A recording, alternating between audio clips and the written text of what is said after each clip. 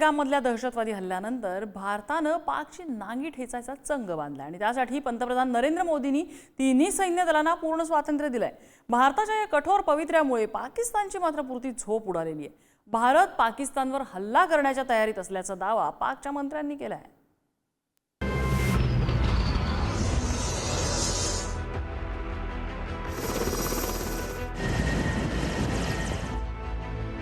अगले 24 से 36 घंटों में भारत पाकिस्तान के खिलाफ फौजी कार्रवाई करने का इरादा रखता है। पाकिस्तान पर हमला करते वक्त 10 बार सोचेगा कि पाकिस्तान के पास एटम बॉम्ब है।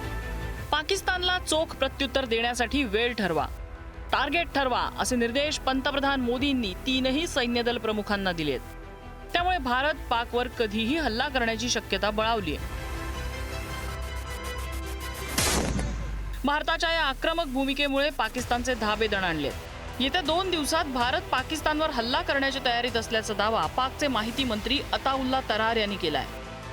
पाकिस्तान के पास मुस्तनद इंटेलिजेंस इतलात हैं कि अगले 24 से 36 घंटों में पहलगाम वाक़े से जुड़े बेबुनियाद और खुद साख्ता इल्ज़ामात को बुनियाद बनाकर भारत पाकिस्तान के खिलाफ फौजी कार्रवाई करने का इरादा रखता है। प्रधानमंत्री ने जिस प्रकार कहा है और जैसे सारे भारतीयों के दिल में है कि पाकिस्तान का इस बार नामो निशान मिटाने वाले हैं। इतनी बार पाकिस्तान को वार्निंग दिया फिर भी पाकिस्तान सुधरा नहीं, इसीलिए उस राष्ट्र का हम लोग नामो निशान मिटाने वाले हैं। तैयारी पूरी हमने कर ली है, वॉर गेम्स हमारे पूरे रेडी हैं, हमारे पास पूरे गोला बारूद रेडी हैं एंड हम लोग इस बार वंस एंड फॉर ऑल हम लोग इस एपिसोड को द एंड लाने वाले हैं, पाकिस्तान का नामो निशान मिटाने वाले हैं।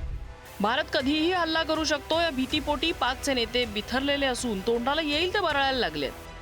भारताने हल्ला करण्यापूर्वी 10 वेळा विचार करावा, आमच्याकडे अणुबॉम्ब आहे अशी दरपोक्ती पंजाब प्रांताच्या मुख्यमंत्री मरियम नवाज यांनी केली आहे। पाकिस्तानवर कुणीच हल्ला करू शकत नाही असा दावाही त्यांनी केलाय। हम कोई भी सियासी नजरिया रखते हो, अगर हम एक कौम हैं, अगर हम पाकिस्तानी हैं, तो इस वक्त हमें अपने अफवाज के साथ खड़ा होना चाहिए ताकि वो सीसा फैलाई दीवार की तरह लड़ सके दुश्मन से। और ये भी मैं आपको कहना चाहती हूँ कि अगर आज पाकिस्तान का कोई भी दुश्मन पाकिस्तान पर हमला करते वक्त 10 बार सोचेगा तो उसकी वजह यह है कि अल्लाह ताला के फजल से पाकिस्तान आज एक एटमी कुव्वत है, पाकिस्तान के पास एटम बॉम्ब है। हमने हर वक्त कहा कि टेररिज्म हमें कबूल नहीं है।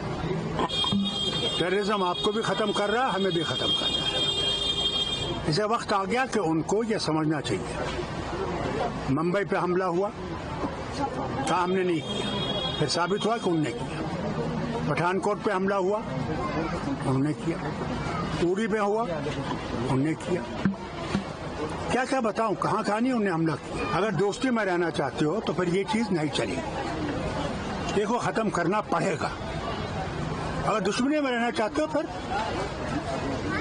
हम भी तैयार है, तुम भी तैयार हो।